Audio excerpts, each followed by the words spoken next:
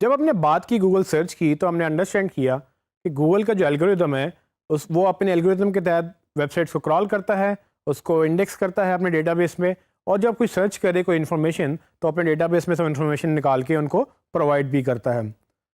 Google कैसे कौन सी information provide करेगा या कौन सी इन्फॉर्मेशन को नंबर 1 पे देगा, कौन सी इन्फॉर्मेशन को सेकंड पे या टॉप 10 रिजल्ट्स देगा, ये सारी चीज़ें गूगल कैसे डिसाइड करता है, ये गूगल खुद बताता है कि वो 200 से ज़्यादा सवाल पूछता है। वो 200 से ज़्यादा सवाल ये पूछता है कि कौन सी वेबसाइट उसको दिखानी चाहिए, कौन सी वेबसाइट उसको नहीं दिखानी चाहिए, यूज़र क्या मांग रहा है, उसके पास क्या पड़ा हुआ है, और ये सब चीज़ें गूगल जब डिसाइड कर लेता है तो वो कुछ मिली सेकेंड्स के अंदर आपको मिलियंस ऑफ रिजल्ट्स दिखाता है उस सर्च के अगेंस्ट जो आपने उससे की होती है या जो आपने उससे पूछा हुआ होता है।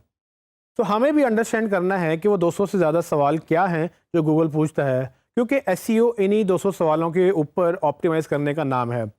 तो अगर मैं आपको दूसरे अंदाज में बताऊं तो ये जो गूगल के 200 से ज़्यादा सवाल हैं ये एसईओ फैक्टर्स के नाम से जाने जाते हैं। हम टेक्निकल ज़ुबान में इनको एसईओ फैक्टर्स कहते हैं, क्योंकि हमें यह पता है कि गूगल जब ये 200 सवाल पूछता है बेसिकली वो इन 200 सवालों के ऊपर स्कोरिंग करता है। ये स्कोरिंग की बेस पे आपकी पूरी वेबसाइट को एक नंबर अलॉट होता है, आप एक स्कोर विन करते हैं, और अगर आपका स्कोर बाकियों से अच्छा है तो आप ऊपर चले जाते हैं, अगर आपका स्कोर अच्छा नहीं है या आपसे अच्छा किसी और वेबसाइट का स्कोर है तो वो ऊपर चली जाती है। और ये पूरी की पूरी स्कोरिंग का मैकेनिज़्म, इसी को हमने बेहतरीन करना होता है, और ये सब चीज़ें हम एसईओ में पढ़ेंगे। ये 200 से ज़्यादा क्या सवाल हो सकते हैं? सो फॉर एग्जांपल गूगल ये पूछ सकता है कि आपकी वेबसाइट पे क्या कंटेंट है, यूज़र ने क्या सर्च किया था और आपने क्या लिखा हुआ है, और अगर लिखा हुआ है तो किस तरह से लिखा हुआ है। और वो गूगल ये भी पूछ सकता है कि फॉर एग्जांपल आपकी वेबसाइट कहाँ होस्टेड है, या आपने अपनी वेबसाइट किस लैंग्वेज में बनाई है, क्या उसके ऊपर डिज़ाइन अच्छा है, क्या उसकी डोमेन अच्छी है, क्या उसकी डोमेन सेंस बना रही है, क्या आपने इमेजेस डाले हैं, क्या वो इमेजेस ऑप्टिमाइज्ड हैं। ये सारी वो बेशुमार चीज़ें हैं जो गूगल आपसे पूछ सकता है। असल में गूगल ये जज कर रहा होता है,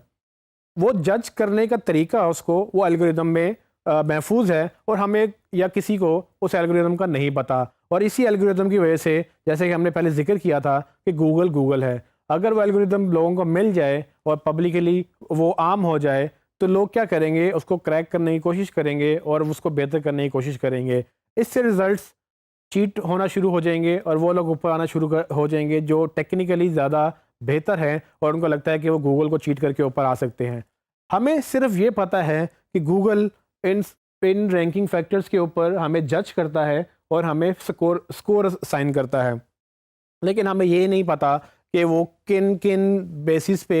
किन किन चीज़ों का कितना कितना स्कोर देता है। हमें कोशिश ये करनी है कि इन तमाम फैक्टर्स को ऑप्टिमाइज़ करें। जैसे ही हम इन तमाम फैक्टर्स को ऑप्टिमाइज़ करेंगे तो हम भी ऊपर आना शुरू हो जाएंगे, और इनमें बहुत सारे फैक्टर्स वेबसाइट के ऊपर हैं जिनको हम ऑन पेज ऑप्टिमाइजेशन कहते हैं। कुछ फैक्टर्स वेबसाइट के ऊपर नहीं हैं, उनको हम ऑफ पेज ऑप्टिमाइजेशन कहते हैं। ऑन पेज और ऑफ पेज ये दो बड़ी टाइप्स हैं या दो बड़ी तकसीम है आपकी एसईओ की। जब भी हम एसईओ को देखते हैं तो हम उनको दो हिस्सों में तकसीम कर देते हैं। ऑन पेज फैक्टर्स हम डिस्कस करेंगे, ऑफ पेज फैक्टर्स भी हम लेटर ऑन डिस्कस करेंगे, लेकिन हम स्टार्ट ऑन पेज से करेंगे।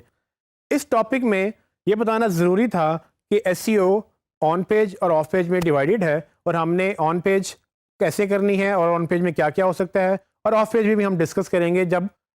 हम ऑन पेज कर लेंगे, ताकि आप लोगों को समझ आ जाए कि हम आगे क्या करने वाले हैं।